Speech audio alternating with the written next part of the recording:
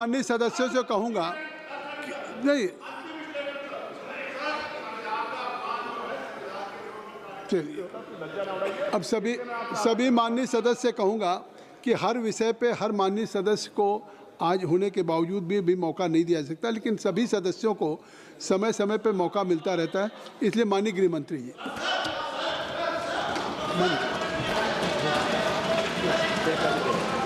फिर बुलाएंगे। अरे ठीक है, चलो हम मान लो। माननीय सभापति महोदय, आज इस महान सदन में मैं लोकसभा स्पीकर के सामने जो अविश्वास प्रस्ताव आया है, इस पर मेरे विचार व्यक्त करने के लिए खड़ा हुआ हूं। मान्यवर, एक प्रकार से ये जो घटना है वो कोई सामान्य घटना नहीं है। करीब 4 दशक के बाद एक बार फिर से लोकसभा अध्यक्ष के सामने अविश्वास प्रस्ताव आया है और एक प्रकार से मैं ये भी कहना चाहता हूं कि संसदीय राजनीति और ये सदन दोनों के लिए ये अफसोसजनक घटना है, क्योंकि स्पीकर जो होते हैं वो किसी दल के नहीं होते, सदन के होते हैं और एक प्रकार से सदन के सभी सदस्यों के अधिकार के वो संरक्षक भी होते हैं। उनके सामने अविश्वास प्रस्ताव कोई साहजिक घटना नहीं है। फिर भी 10 घंटे तय हुए थे मान्यवर, 10 घंटे से ज्यादा चर्चा हुई है। लगभग 13 घंटे तक सदन इस पर दोनों पक्ष विपक्ष दोनों की ओर से चर्चा की और 42 से ज्यादा सांसदों ने इसमें हिस्सा लिया है। मान्यवर, मैं पूरे सदन को बताना चाहता हूं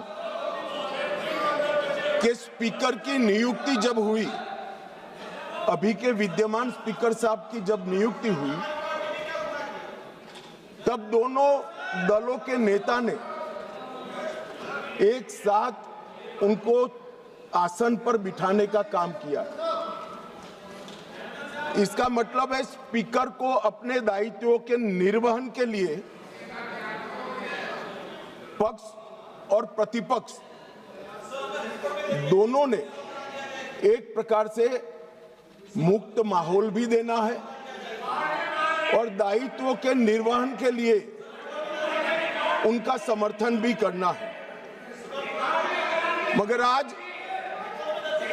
स्पीकर के निर्णय पर कोई असहमति तो व्यक्त हो सकती है, मगर लोकसभा के नियमों में स्पीकर के निर्णय को अंतिम माना गया है। मान्यवर, इससे विपरीत विपक्ष ने स्पीकर की निष्ठा पर सवालिया निशान खड़ा किया और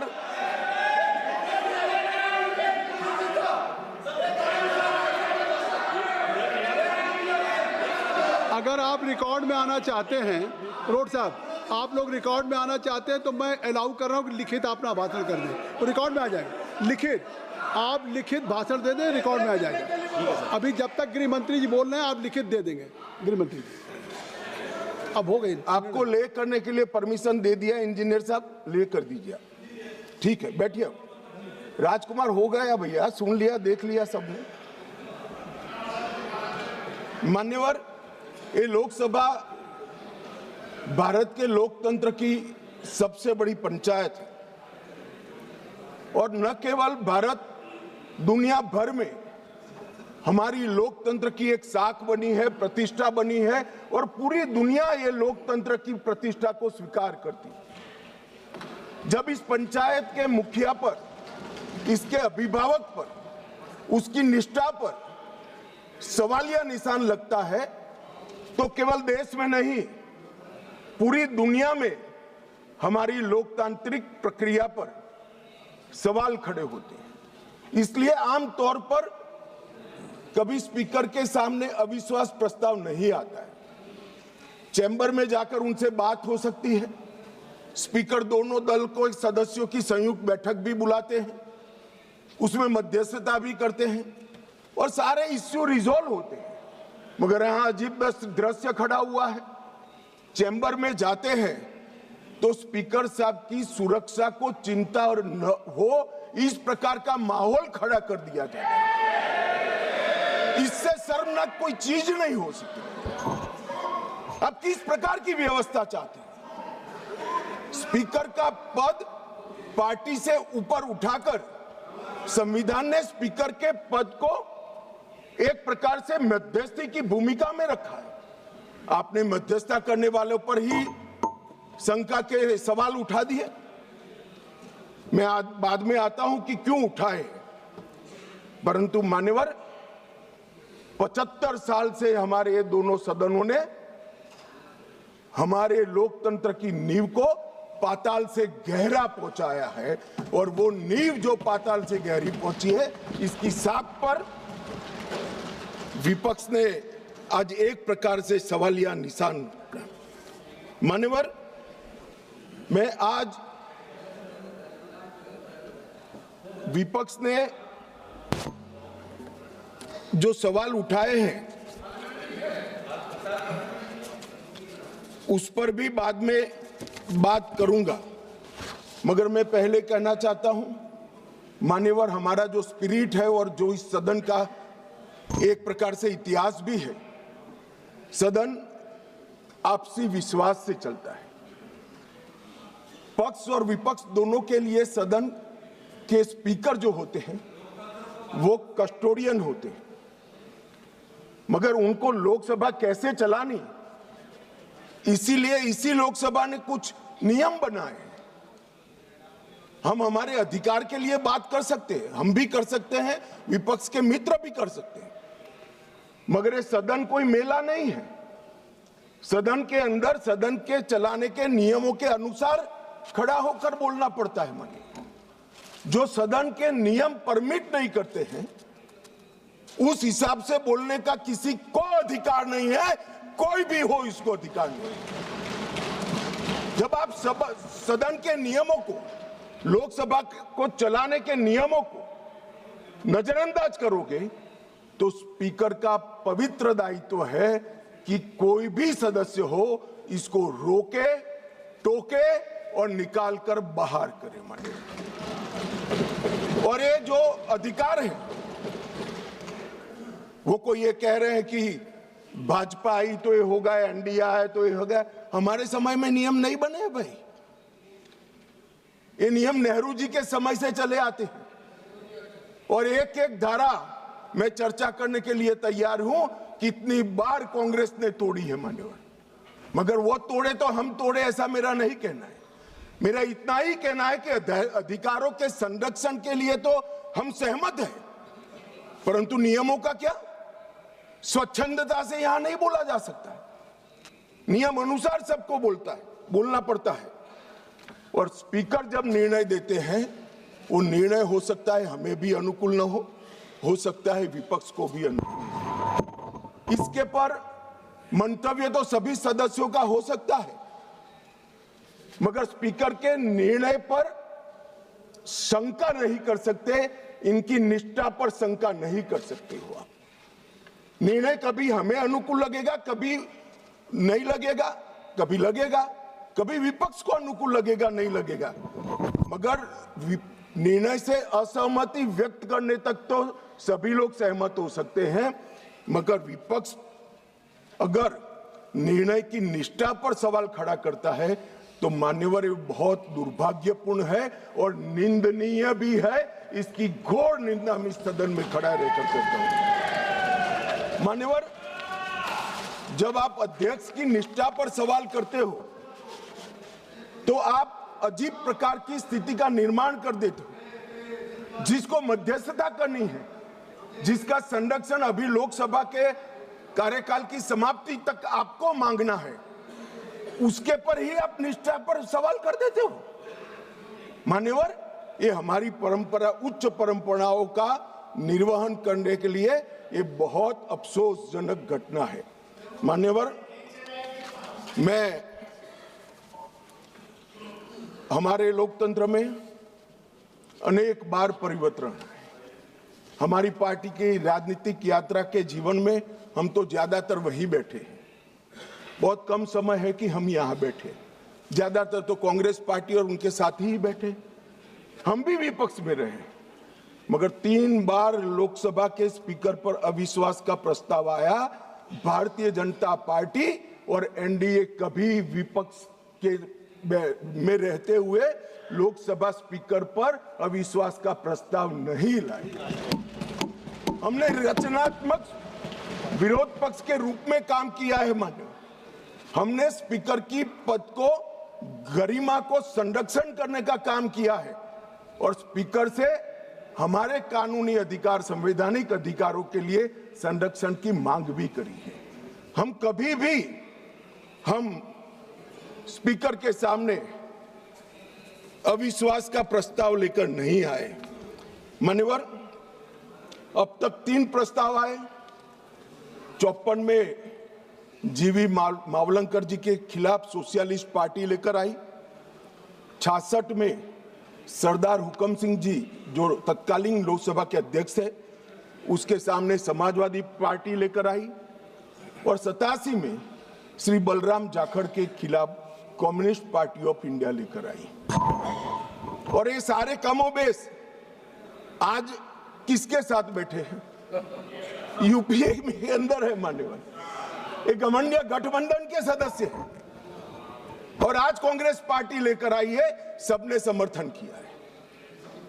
कभी भी स्पीकर की निष्ठा पर आशंका नहीं करना चाहिए, ऐसा मेरी पार्टी का बहुत मजबूत और स्ट्रॉन्ग मत है, हमारी मान्यता है। और ये तीनों जो प्रस्ताव थे, ये ध्वनि मत से एक प्रकार से खारिज कर दिए। मान्यवर, आज जब मैं यहां खड़ा हुआ हूं तब राजनीतिक आरोप एक भी नहीं करूंगा।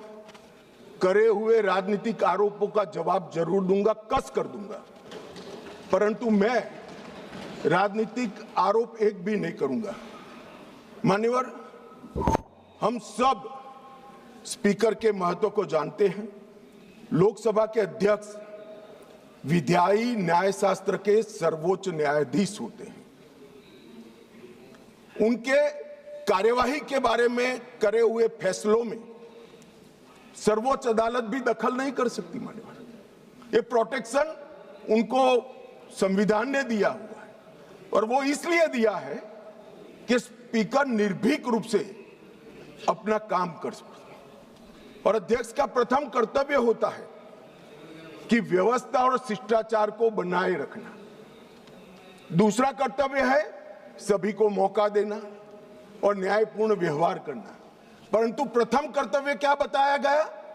प्रथम कर्तव्य बताया गया कि यहां पर व्यवस्था और शिष्टाचार बता देना, बनाए रखना। अब शिष्टाचार क्या होता है? शिष्टाचार ये है मान्यवर कि ये लोकसभा, ये सदन चलाने के नियमों के अनुसार चले। अब कोई भी व्यक्ति खड़ा हो जाता है और अपनी मुंसफी से कुछ भी बोलेगा, स्पीकर को बिठा देना पड़ेगा। यहां विषय तय होते हैं। मान्यवर, आज मैं यहां पर स्पीकर साहब के खिलाफ अविश्वास के प्रस्ताव पर बोल रहा हूं तो मैं माओवाद इस देश में समाप्त हो रहा है इस पर लेक्चर नहीं दे सकता। मैं दूंगा तो आपको बिठा देना पड़ेगा। फिर आप कहोगे देखो आप मुझे बोलने नहीं देते हो। अरे भाई, यहां नियमों से बोलना पड़ता है। और कितने वरिष्ठ सदस्य, मुझे तो अभी भी नहीं मालूम पड़ता, शशि थरूर जैसे बैठे, बालू साहब बैठे, क्यों नहीं सिखाते इनको सब?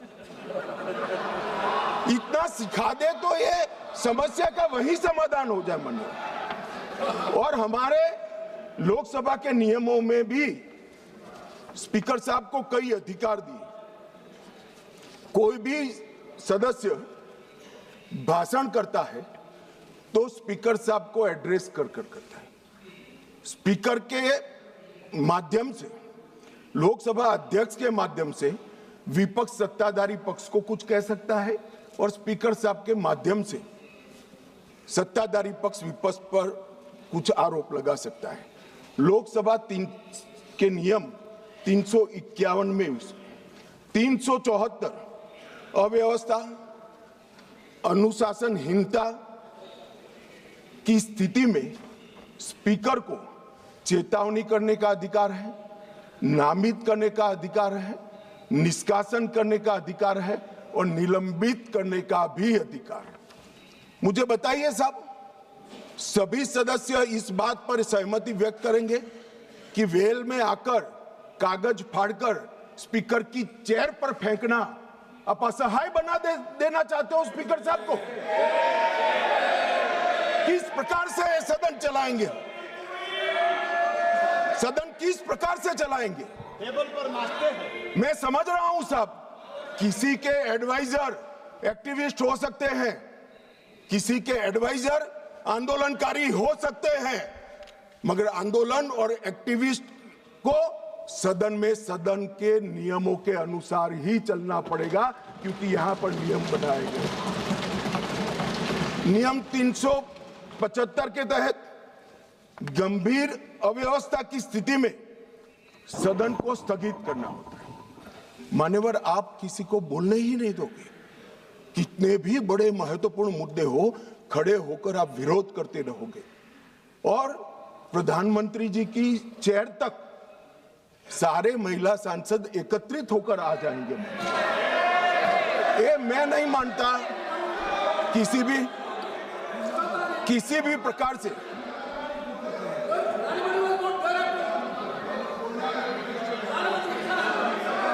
प्रधानमंत्री की चेयर होती है भाई। मान्यवर, इसीलिए 375 का प्रावधान की शक्तियां स्पीकर साहब को। अब किसी सदस्य ने कहा कि हमारा बोला हुआ काट दिया जाता है। मान्यवर, 380 के अधीन स्पीकर साहब को अधिकार है असंसदीय शब्दों या टिप्पणियों को कार्यवाही से हटाने का अधिकार दिया है। प्रयास तो करना चाहिए कि असंसदीय शब्दों या टिप्पणियों का प्रयोग न हो, मगर कई बार वक्ता लय में कर जाते हैं, कुछ जानबूझकर भी करते हैं।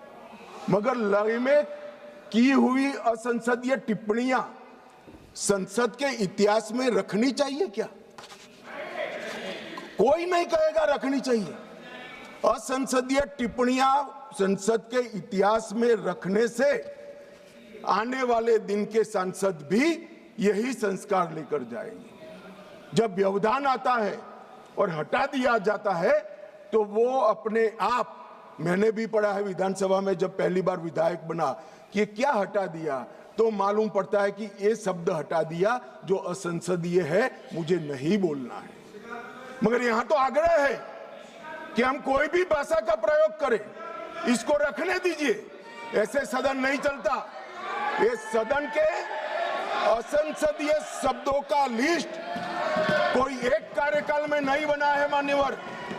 असंसदीय शब्दों का लिस्ट जब से सदन का अस्तित्व आया तब से लेकर आज तक इस उच्च शासन पर बैठे हुए अनेक महानुभावों के बनाते बनाते बना है, और वो सबको बाध्यकारी, हमें भी है और विपक्ष को भी है।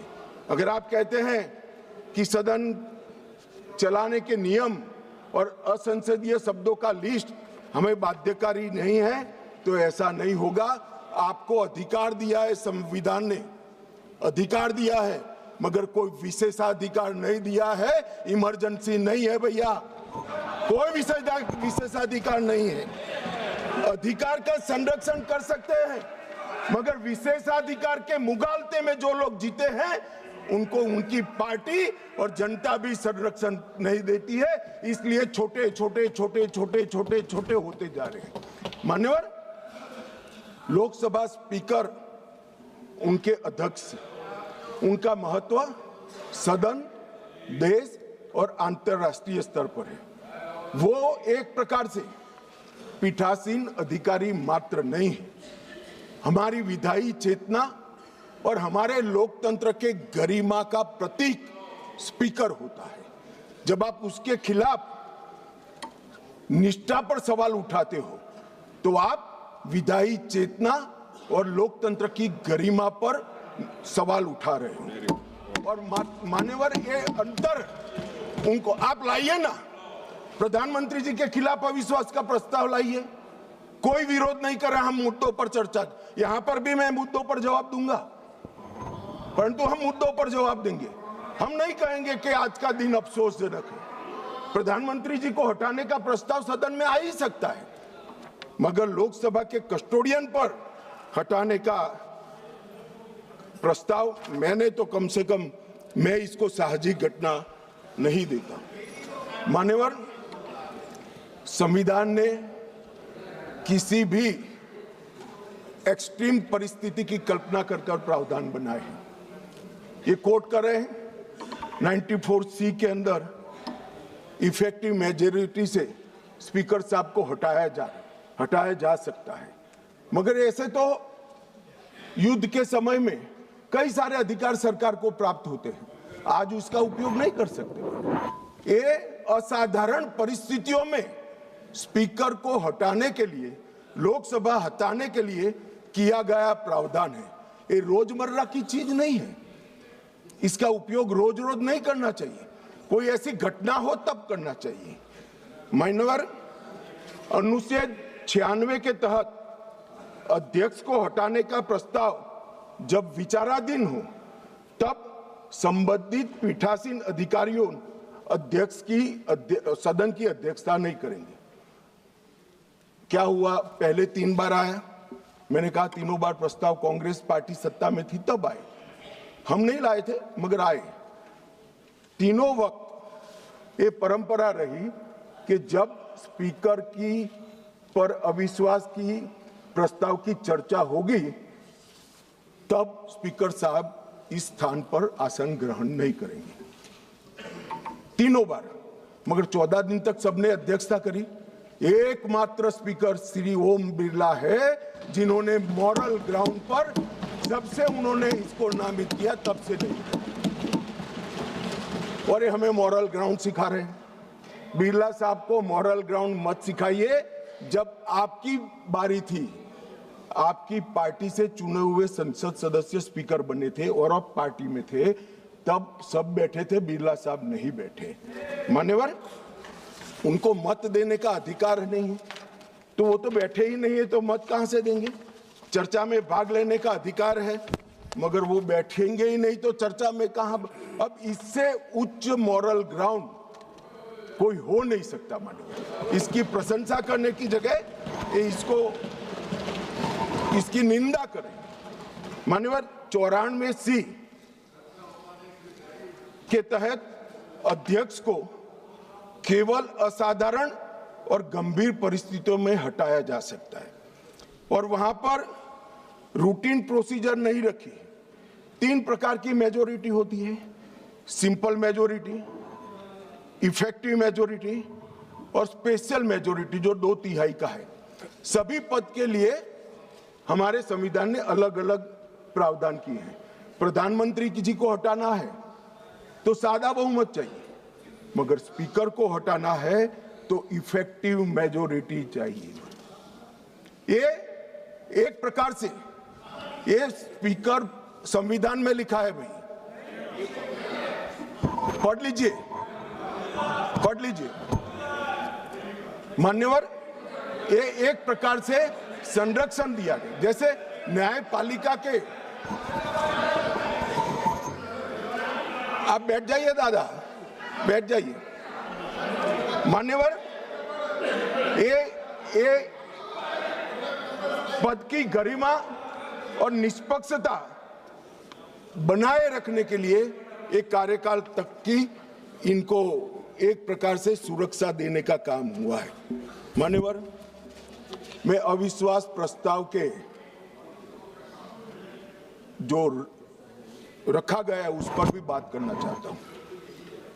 अनुच्छेद 94C के तहत और लोकसभा के चलने के नियम 200 के अनुसार संकल्प का नोटिस माननीय सदस्य श्री वेणुगोपाल जी और 119 सदस्यों ने दिया। अब शायद वो आधे अधूरे मन से ही लाए होंगे प्रस्ताव। पूरे देश को, दुनिया को मालूम है कि यीशु का 2026वां वर्ष चल रहा है। उन्होंने अंदर तिथि में 2025 लिखी है। उन्होंने ऐसा सोचा कि इससे स्पीकर साहब रिजेक्ट कर सकते हैं। उन्होंने संकल्प ही संलग्न नहीं किया। जो संकल्प होता है वो संलग्न करता है, मगर भूल गए वो कॉपी संलग्न नहीं की। उनको लगा कि स्पीकर साहब इसके कारण रिजेक्ट कर देंगे और जब ये इनके ध्यान पर ला दिया गया तो उन्होंने नोटिस वापस ले लिया और दूसरा नोटिस आ गया। अब दूसरे नोटिस की बात करता हूं। दूसरे नोटिस में एकमात्र सी गौरव गोगाई के एक्चुअल हस्ताक्षर से बाकी सारे जेरोक्स थे। ये नियमों अनुसार रिजेक्ट होने का मामला है और फोटोकॉपी नहीं चलती है। सदन के सदस्य ने एक्चुअल हस्ताक्षर वाला नोटिस देना होता है। साहब चलो मान लो एक्स्ट्राऑर्डिनरी सर्कमस्टेंसेस है, वो विपक्ष के सदस्य स्पीकर साहब के सामने अविश्वास की प्रस्ताव लाना चाहते हैं, मगर इतनी गंभीरता नहीं है कि नियमों के अनुसार लाए, नियमों के अनुसार लाए। मान्यवर, ये नियम पढ़ते ही नहीं है। कोई पार्टी के नियम से सदन नहीं चलेगा, इस लोकसभा के नियमों से ही ये सदन चलेगा। मान्यवर, फिर भी स्पीकर साहब की ऑफिस ने उनको मौका दिया कि भाई इतने इतने गलतियां हैं, आप सुधार लो। फिर अब उनको शर्म आई कि अब तो सुधारना ही पड़ेगा, ये तो रिजेक्ट करेंगे ही नहीं, तो फिर सुधार कर उसको दायर कर दिया।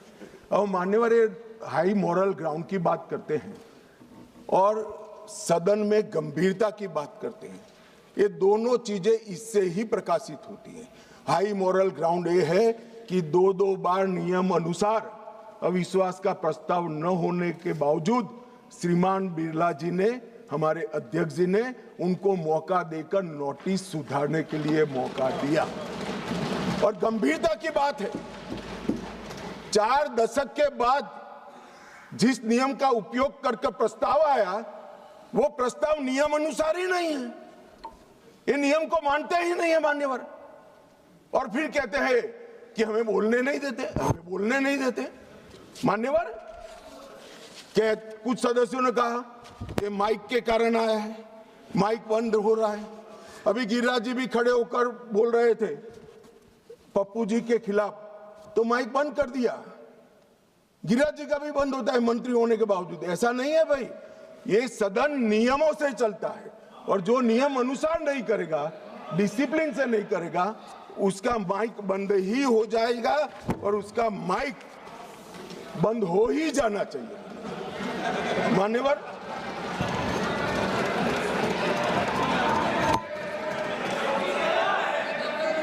मान्यवर, उन्होंने नोटिस दिया, अंतराल के बाद सदन फिर से शुरू हुआ। 9 तारीख को 14 दिन समाप्त हो गए। अब वो प्रस्ताव किसका था? तो विपक्ष का था। हम तो तैयारी कर आए थे, स्पीकर साहब चेयर पर भी नहीं बैठे। उनके खुद के प्रस्ताव के प्रति भी वो गंभीर नहीं है। जिस दिन उनका लाया हुआ प्रस्ताव, जो 4 दशक के बाद रूल्स का उपयोग कर लाए थे, वो प्रस्ताव की चर्चा करने की जगह उन्होंने सदन को बिखेर देने का काम किया। इससे ज्यादा शर्मनाक घटना कोई नहीं हो सकती। आपके खुद के प्रस्ताव पर आप चर्चा नहीं करना चाहते हो और फिर कहोगे हमें बोलने नहीं देते। बिजनेस एडवाइजरी कमेटी ने सबकी सहमति से 9 तारीख मुकर्रर की थी मान्यवर, वो भी बैठे थे। हम सबको मालूम है बोलने के विषय बिजनेस एडवाइजरी कमेटी तय करती है, सदन का बिजनेस एडवाइजरी कमेटी करती। आपकी सहमति से 9 तारीख को आया और ये इससे सहमत नहीं, सदन को डिस्पर्स कर लिए मान्यवर।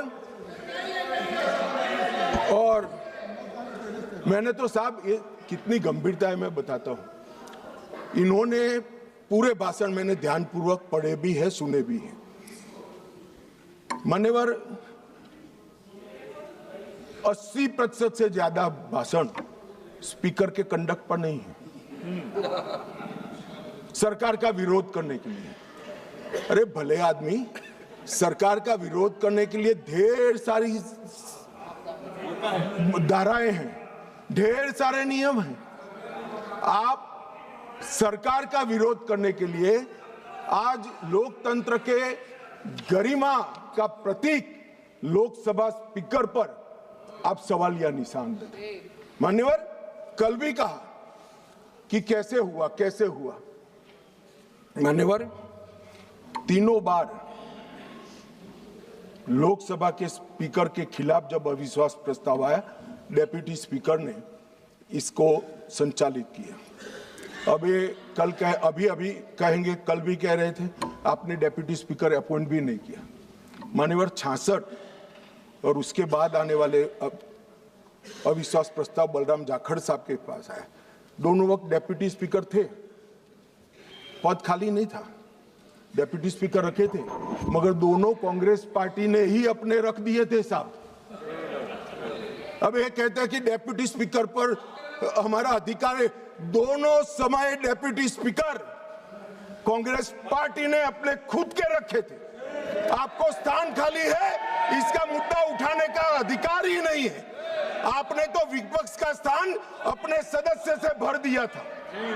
ये क्या उठाते हैं मुद्दे साहब, और ये कांग्रेस पार्टी का कैरेक्टर है। मैं आज इसमें जाना नहीं चाहता, अगर विरोध करेंगे तो जाऊंगा भी मान्यवर।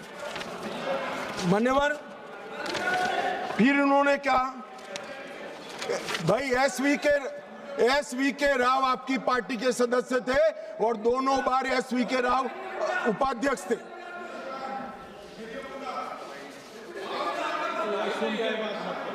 भैया 54 एक मिनट बैठ जाओ 1954 उपाध्यक्ष श्री एम अनंतसयम अयंगर कांग्रेस पार्टी के थे।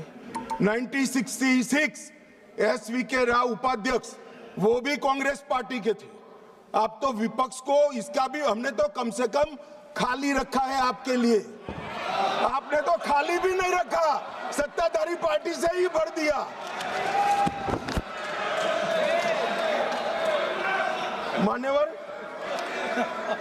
मान्यवर हमें परंपराएं सिखाते हैं मान्यवर।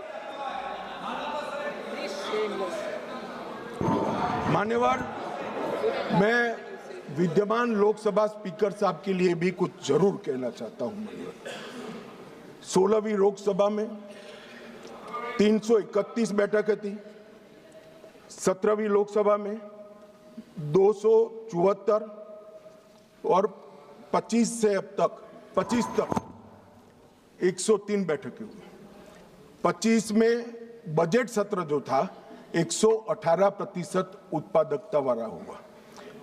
इंदिरा गांधी जी के समय से अब तक एवरेज उत्पादकता 16वीं लोकसभा की 91%, 17वीं की 91% और 18वीं की इतने डिस्टर्बेंस के बावजूद भी 91% रही है।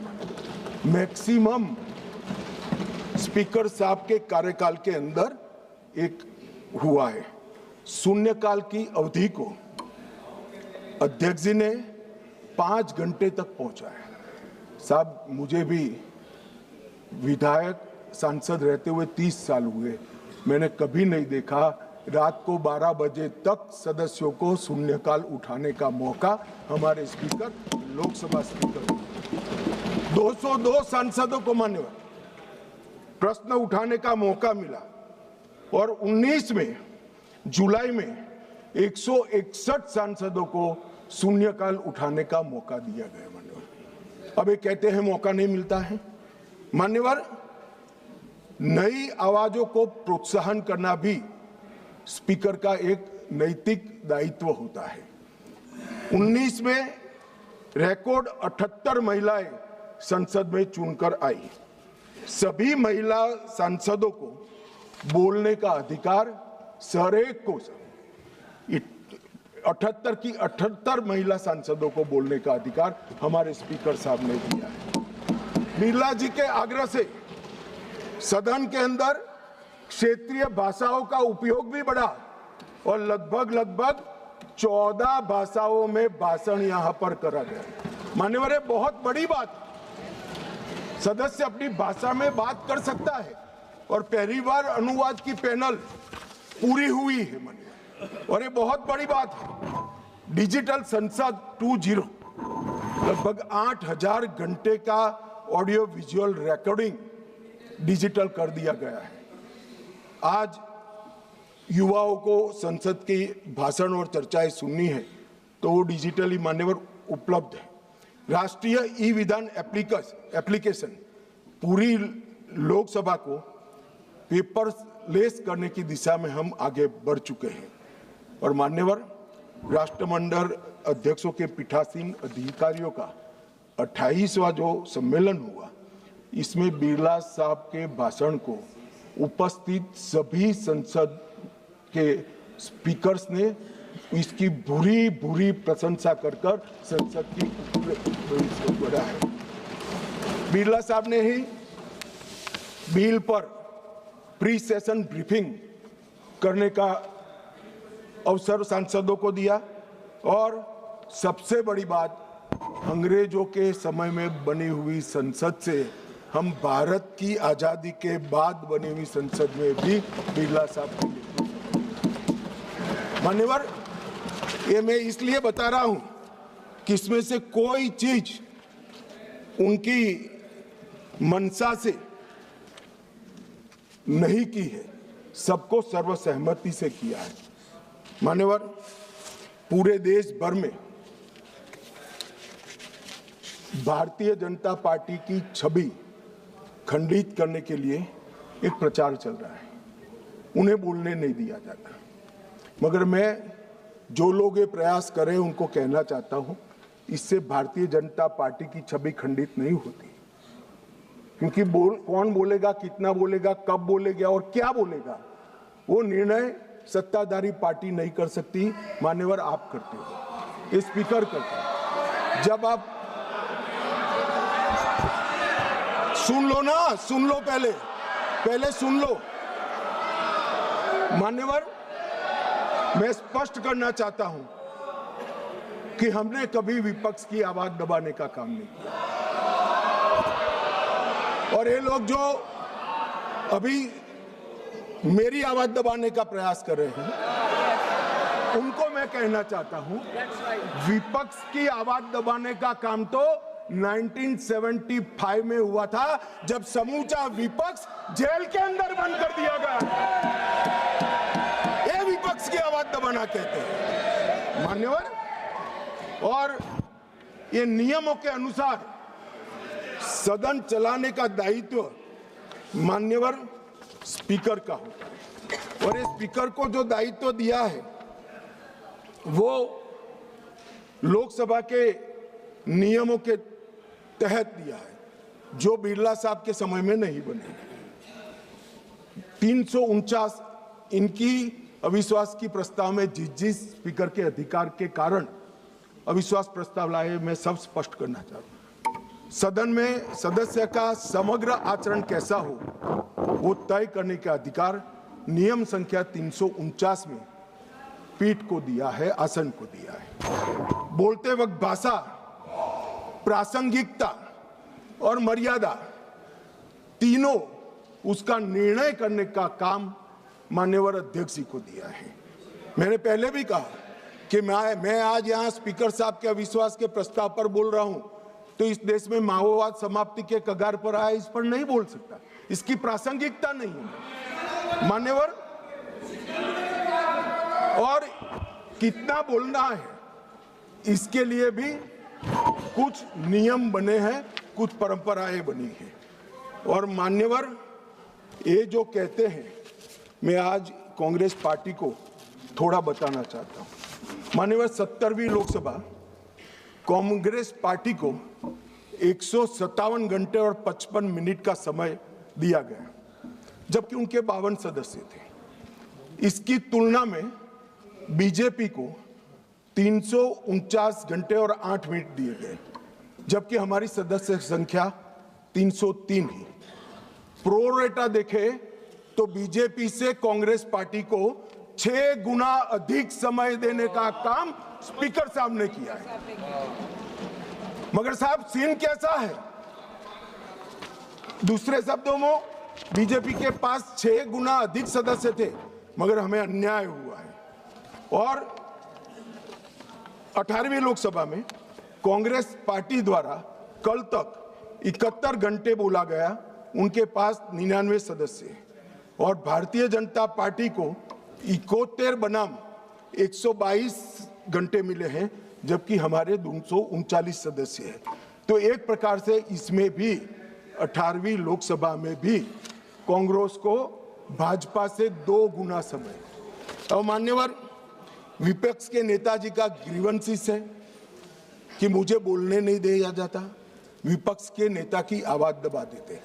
अब मान्यवर, मैं उनको पूछना चाहता हूं, कांग्रेस पार्टी में 157 घंटा 55 मिनट बोला गया, वो कौन बोलेगा, वो तय कौन करेगा?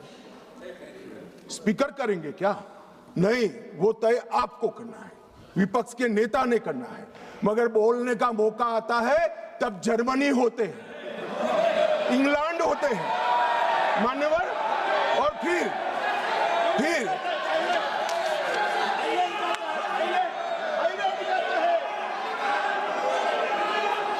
मान्यवर कंप्लेन करते हैं। 18वीं लोकसभा में मान्यवर, 18वीं लोकसभा में 157 घंटे और 55 मिनट कांग्रेस पार्टी के सदस्य बोले।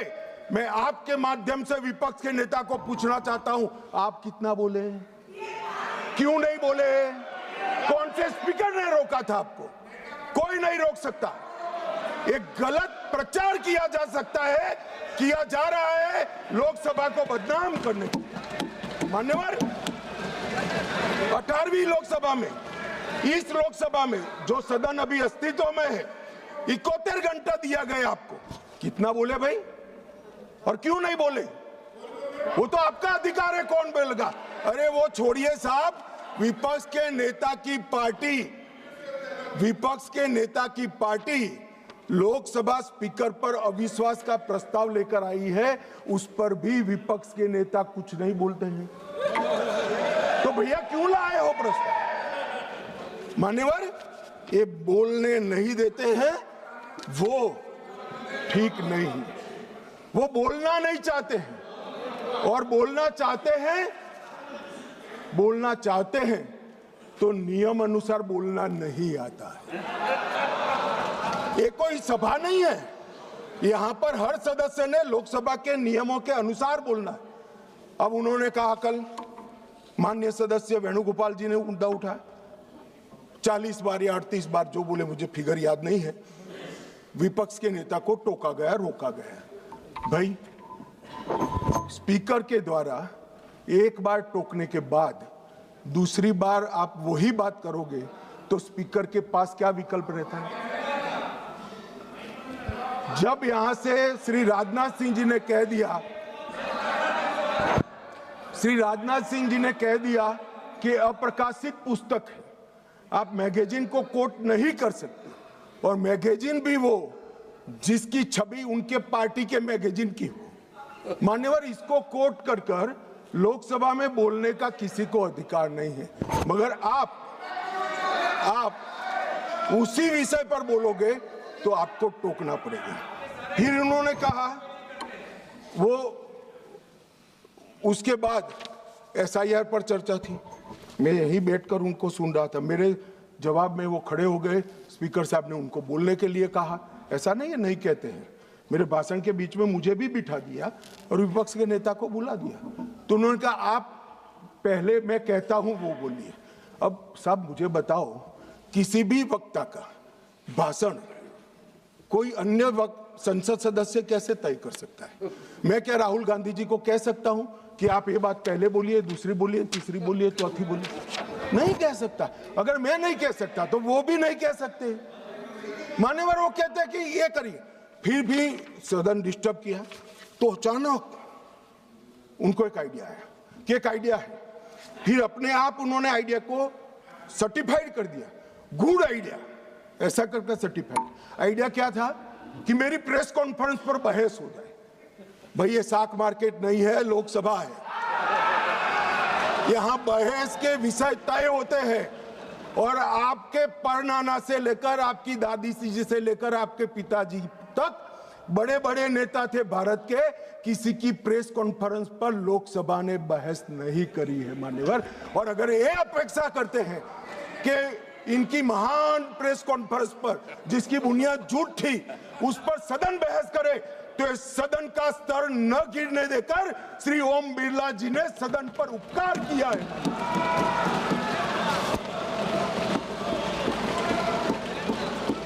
और मान्यवर, मैं सिर्फ इस सदन की बात नहीं करता। 70वीं लोकसभा में विपक्ष को 40% समय दिया गया, समूचे विपक्ष को, जो प्रोरेटा से 2.5% ज्यादा है। मेंशन ऑफ थैंक्स में विपक्ष को 34% समय दिया गया और 18वीं लोकसभा में 45%, और शून्यकाल में विपक्ष की भागीदारी मान्यवर 55% रही है, 55%। और ये कहते हैं कि हमें बोलने नहीं देते। मान्यवर, किसको बोलना, किसको बोलना, किसको बोलना वो अधिकार उस दल के नेता का है। जब आप स्वयं बोलना नहीं चाहते हैं, कोई आपको कैसे बुला सकता है? आप स्वयं बोल, इतने घंटों में आप जब भी चाहे बोल सकते थे, मगर भाई बोलना तो ये अविश्वास प्रस्ताव आने के बाद भी नियम अनुसार ही बोलना पड़ेगा। और अगर नियम की समझ नहीं है तो 2 सीनियर सांसदों से किसी को भी समझना पड़ेगा। मान्यवर, इसके अलावे किसी को नियम तोड़कर बोलने की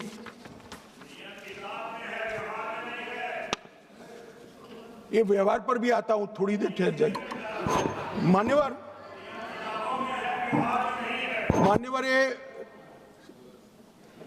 विपक्ष के नेता श्रीमान राहुल गांधी अपने अधिकारों की बात करते हैं, वो तो आरोप है, मगर फिर भी जो स्वयं उनके हाथ में है इसका परफॉर्मेंस मैं कहना चाहता हूं। मान्यवर, 17वीं लोकसभा में उनकी उपस्थिति 51% रही, 51%।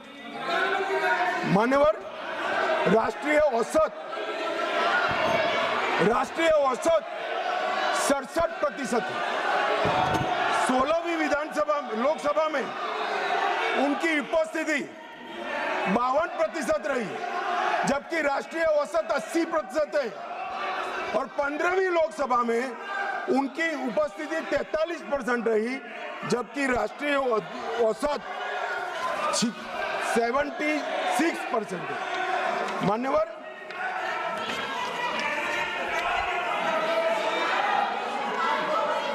ये तो सब ऑन रिकॉर्ड है ना। मान्यवर, ये मुझे बोलने नहीं देते। देखिए, देखो साहब, ये मुझे बोलने नहीं देते।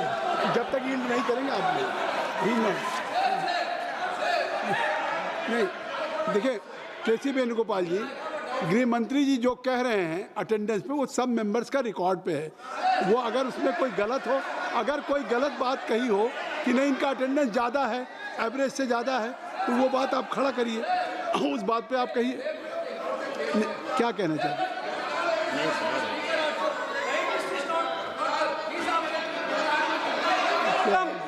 Sir, is this non-confidence motion against LOP or Speaker, sir?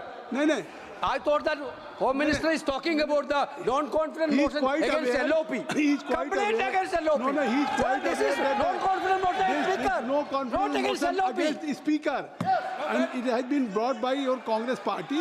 Now गृह मंत्री जी, माननीय गृह मंत्री, अरे छोड़िए, तो वो नहीं बोलेंगे। नहीं, गृह मंत्री जी अगर गृह मंत्री जी बता रहे हैं कि क्या अटेंडेंस है उनकी, तो वो बात करेक्ट है, फैक्चुअल गृह मंत्री जी। अब आप माननीय अध्यक्ष जी, 16वीं लोकसभा में 2014, 15, 17 और 18 एक भी राष्ट्रपति के अभिभाषण के धन्यवाद पर इन्होंने हिस्सा नहीं लिया। 16वीं लोकसभा में पूरी लोकसभा बजट पर की एक भी चर्चा में इन्होंने हिस्सा नहीं लिया मान्यवर। और एक भी, सुनो, आप सुनना पड़ेगा, एक भी मान्यवर सरकारी विधेयक पर चर्चा में हिस्सा नहीं लिया है। ये कहते हैं हमें बोलने नहीं देते। मान्यवर 16वीं लोकसभा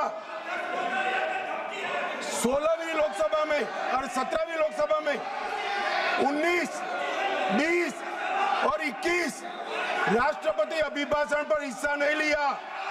19, 20, 22, 23 केंद्रीय बजट पर चर्चा में हिस्सा नहीं लिया और एक बिल छोड़कर एक भी विधेयक में भी चर्चा पर हिस्सा नहीं लिया। 18वीं लोकसभा 25 में केंद्रीय बजट पर की चर्चा में भाग नहीं लिया और मान्यवर उनकी पार्टी 4 दशक के बाद हम सब अफसोस कर रहे हैं ऐसा प्रस्ताव लेकर आई है। ये स्पीकर साहब की निष्ठा पर सवाल करने वाला जो प्रस्ताव रखा है उस पर भी उन्होंने हिस्सा नहीं लिया। अब ये कहते हैं हमें बोलने नहीं देते।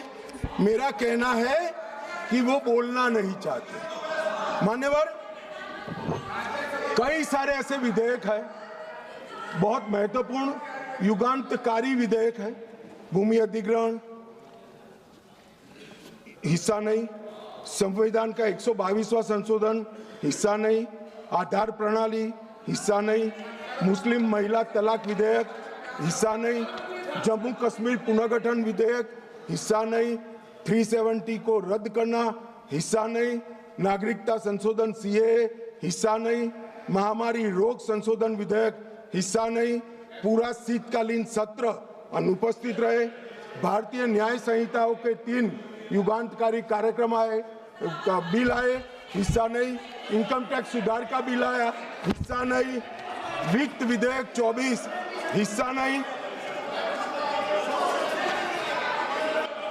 वक्फ संशोधन बिल हिस्सा नहीं, वंदे मातरम 150 साल की चर्चा हिस्सा नहीं और कैप्टन शुभांशु शुक्ला पर अभिनंदन प्रस्ताव में भी हिस्सा नहीं। मान्यवर, ये बोलना नहीं चाहते।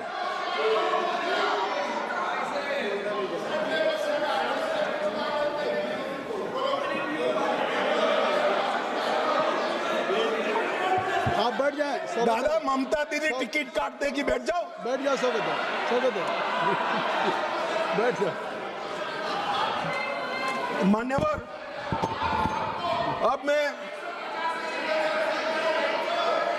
आप बैठिए। कल्याण देता हूँ जवाब। बैठ कल्याण बनर्जी जी अभी बाकी है। आप कल्याण बनर्जी बैठ जाइए। स्वागत नहीं अभी इतना बाकी है, बैठो ना, आ जाओ। Nothing will go on record, केवल गृह मंत्री जी का जवाब। मान्यवर,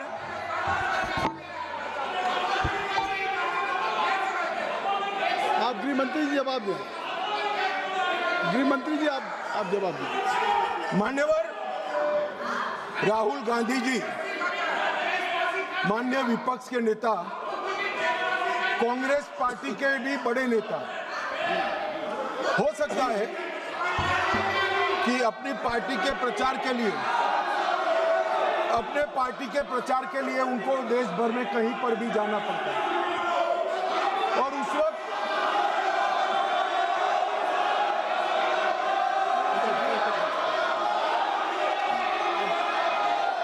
कृपया आप लोग बैठ जाएं, कृपया आप लोग बैठ जाएं, कृपया आप लोग बैठ जाएं। अभी माननीय गृह मंत्री जी का चल रहा है, कल्याण बनर्जी जी आप लोग बैठ जाएं, धर्मेंद्र जी बैठ जाइए, आप बैठ जाएं, कृपया बैठ जाएं। आपके नेता बैठे हुए हैं, आपके नेता बैठे हुए हैं, आप भी मैडम सैलजा बैठ जाइए, सब लोग बैठ जाइए ना। चन्नी साहब आप बैठ जाइए, आप सब लोग बैठ जाइए, सब लोग बैठ जाइए। महुआ मोहित्रा जी बैठिए, बैठिए, कल्याण बैठिए, नहीं नहीं नहीं, आप बैठिए, बैठ जाइए, बैठ जाइए, बैठिए, नहीं कुछ भी रिकॉर्ड में नहीं जा रहा है, कुछ भी रिकॉर्ड में नहीं जा रहा। माननीय गृह मंत्री जी, माननीय गृह मंत्री आप लोग बैठ जाएं, कृपया बैठ जाएं, आप लोग बैठ जाइए। अमर जी बैठ जाइए, जयप्रकाश जी बैठ जाइए, कृपया आप सब लोग बैठ जाइए। ज्योति बैठो, Jyoti kindly take your seat. I will request to everybody should take his seat. गृह मंत्री जी, कल्याण जी आपकी, कल्याण जी आप बैठ जाइए, कल्याण जी बैठिए। गृह मंत्री मान्यवर विपक्ष के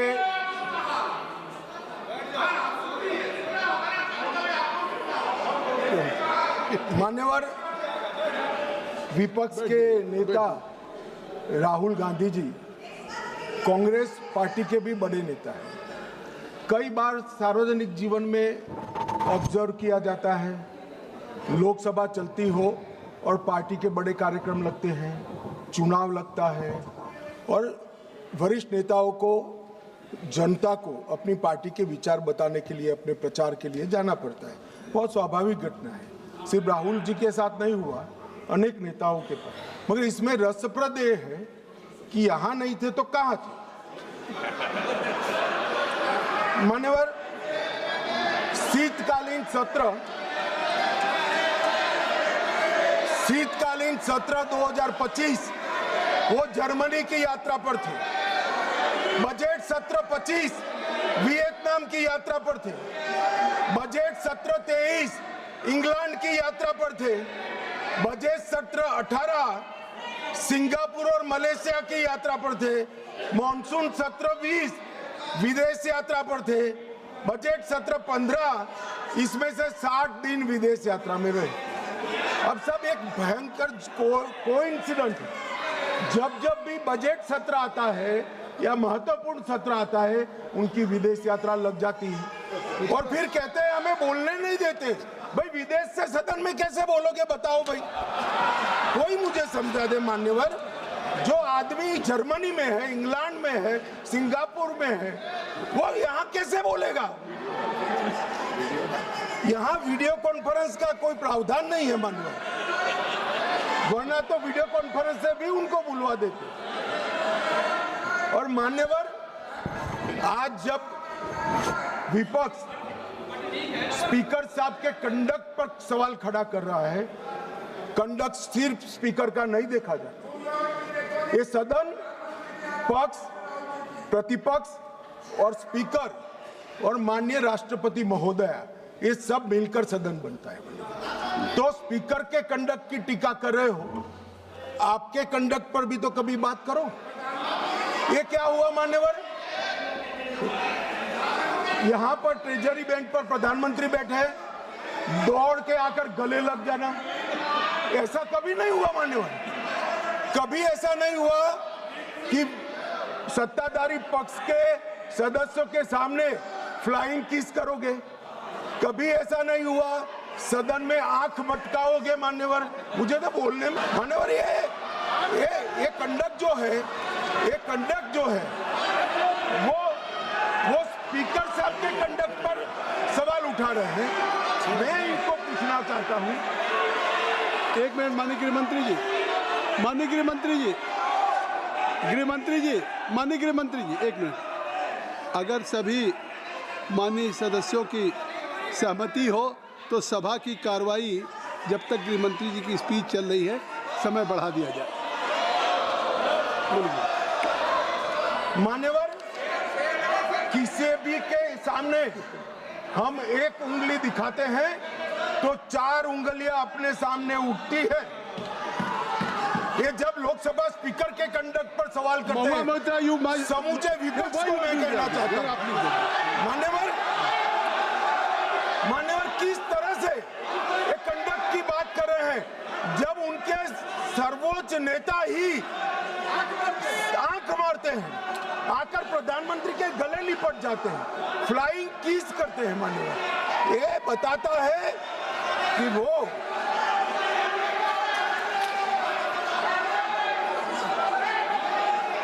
provoking.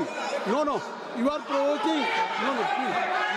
Nothing will go on the card. I will request. Why? You are provoking. Bhagwa Moitra is provoking. Kindly, please.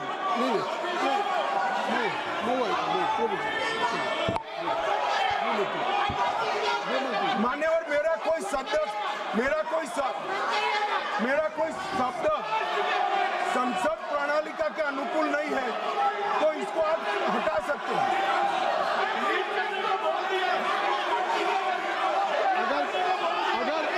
अगर कोई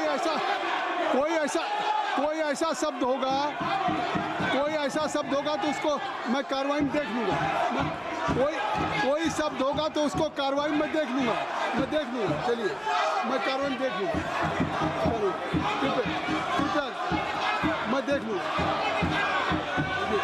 माननीय गृह मंत्री जी, माननीय गृह मंत्री जी,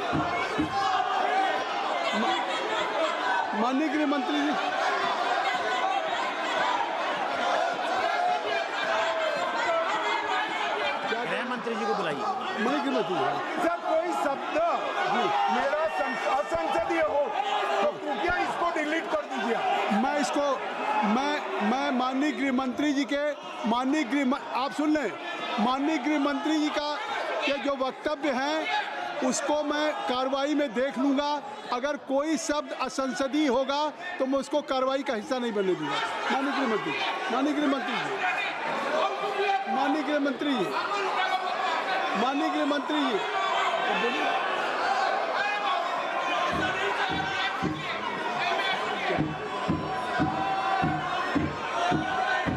मैंने एक ruling they the Jyoti, I have already given A ruling. देखिए, मैंने कह दिया माननीय गृह मंत्री जी के अगर जो जवाब है, उनका वक्तव्य है, उसमें कोई भी अनपार्लियामेंट्री वर्ड्स होगा तो I will look into it and that will be explained. I have given promise, this is my ruling. आप जानबूझ करके सदन की कार्रवाई न करें। नहीं, ये नहीं। आप सुनने का धैर्य रखिए।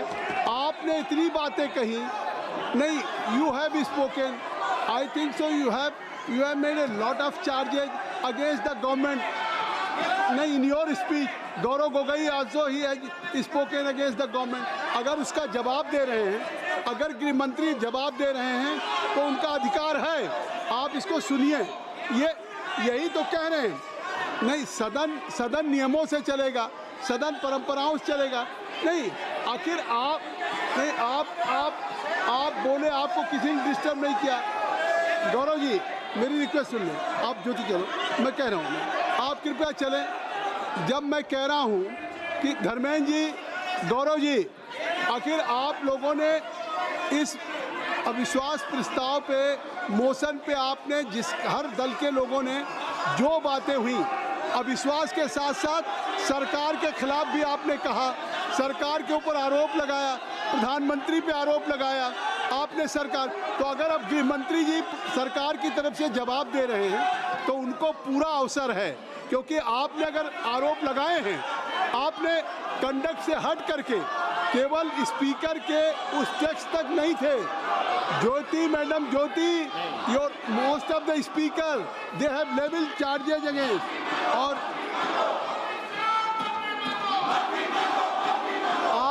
आप ये नहीं सुनना चाहते हैं, इसका मतलब है कि सच्चाई नहीं सुनना चाहते। आप सच्चाई नहीं सुनना चाहते। अगर गृह मंत्री जी जो कह रहे हैं फैक्चुअल कह रहे हैं, अगर उनकी अटेंडेंस की बात हो या और सारी बातें, कितना पार्टिसिपेट किया है, हर आदमी को अधिकार है। अगर मेंबर ऑफ पार्लियामेंट एलओपी हो, चाहे रूलिंग पार्टी का कोई हो, ये देश की जनता को अगर अधिकार है पूरा जानने का कि इन्होंने कितना डिबेट में भाग लिया, तो इसलिए आप गृह मंत्री का जवाब सुनिए। आपने चार्जेज लगाए नहीं, आप ये क्या बात, ये कौन सी बात, किस बात पे, किस बात पे? कोई सवाल नहीं। माननीय गृह मंत्री जी, माननीय गृह मंत्री जी,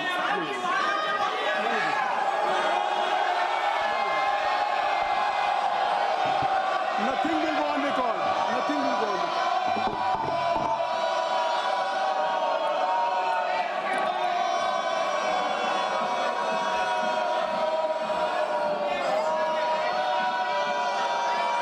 मान्यवर,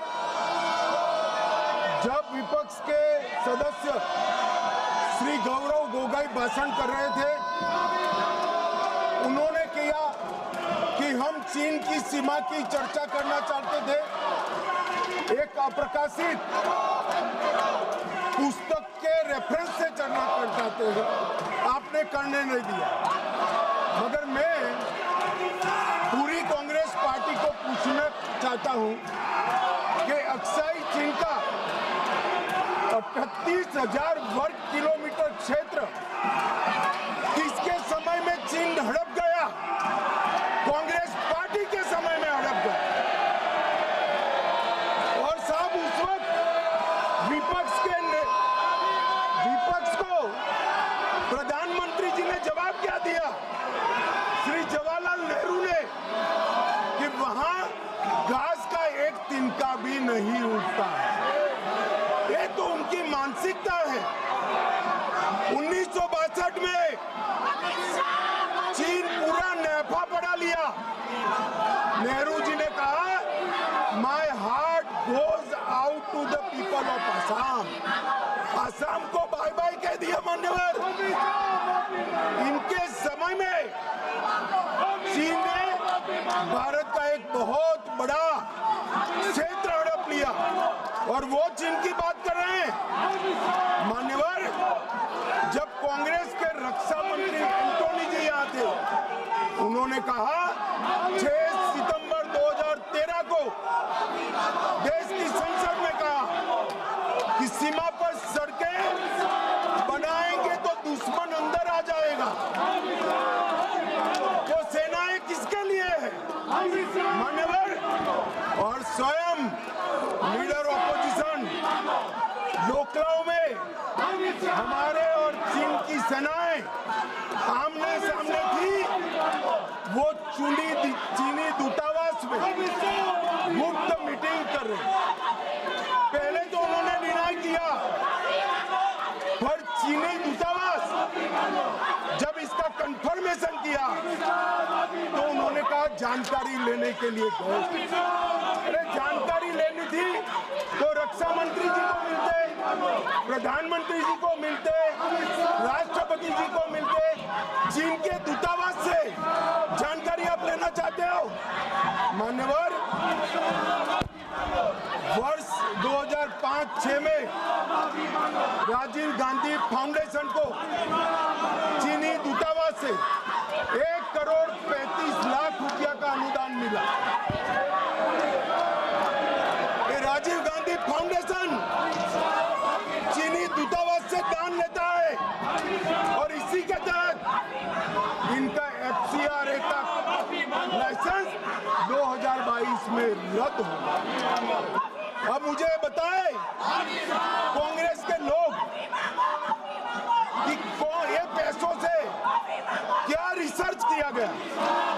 मान्यवर, कांग्रेस की वरिष्ठ नेत्री और श्री राहुल गांधी की उपस्थिति में 7 अगस्त 2008 को चीनी कम्युनिस्ट पार्टी के साथ कांग्रेस पार्टी ने MOU करा। अब वो घोषित करे MOU क्या था। और मान्यवर, आज चीन UNSC में अगर सदस्य है तो जवाहरलाल नेहरू की सो कॉल्ड उदारता के कारण है। सदस्यता पर अधिकार सबसे बड़े डेमोक्रेटिक देश के नाते भारत का था, उन्होंने चीन को जगह कर दी। और ये selected words of Jawaharlal Nehru volume 29 post number 303 में लिखा हुआ है। मान्यवर, मैं आज यहाँ कहने आया हूँ, इन्होंने कहा कि अमेरिका के डील में भारत के किसानों का नुकसान हुआ है। मैं स्पष्टता करना चाहता हूँ, भारत के किसानों का कोई नुकसान एक भी डील के अंदर नहीं हुआ। ये सर्वदा झूठ फैलाया जाता है। भारत के किसानों का नुकसान तो WTO में 2013 में आपने किया था। अंतरिम पीस क्लॉज को स्वीकार कर लिया, जिसको हमारी आज की वित्त मंत्री जब व्यापार मंत्री थी तब इसको वो असहमति व्यक्त कर आई, इसलिए आज हमारे किसान बचे हुए। अभी मान्यवर, यहाँ पर AI समिट हुई। 80 देशों के AI के एक्सपर्ट और बड़ी बड़ी कंपनियां आई। 20 से ज्यादा देशों के राष्ट्राध्यक्ष आई और कांग्रेस अपनी परंपरा के तहत कपड़े उतारकर वहां पर प्रदर्शन कर रही है और कहते हैं कि प्रदर्शन का अधिकार है। दिल्ली में प्रदर्शन के लिए जंतर मंतर का स्थान तय किया गया और ये जंतर मंतर का स्थान प्रदर्शन करने का स्थान।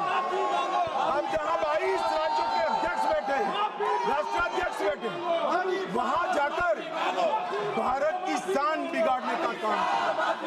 मान्यवर, भाजपा का विरोध करते ये भारत का विरोध करने लगे। और ये जो प्रस्ताव है लोकसभा के स्पीकर के सामने, वो भी इसलिए लाए हैं कि कहीं से भी चुनाव में इनको सफलता नहीं मिली।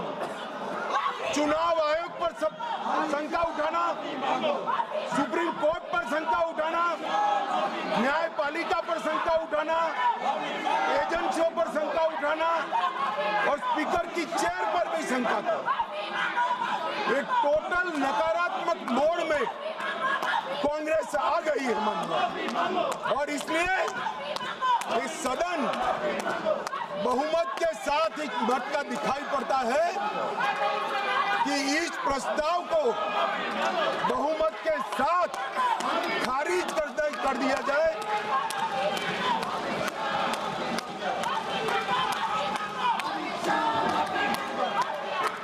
सारा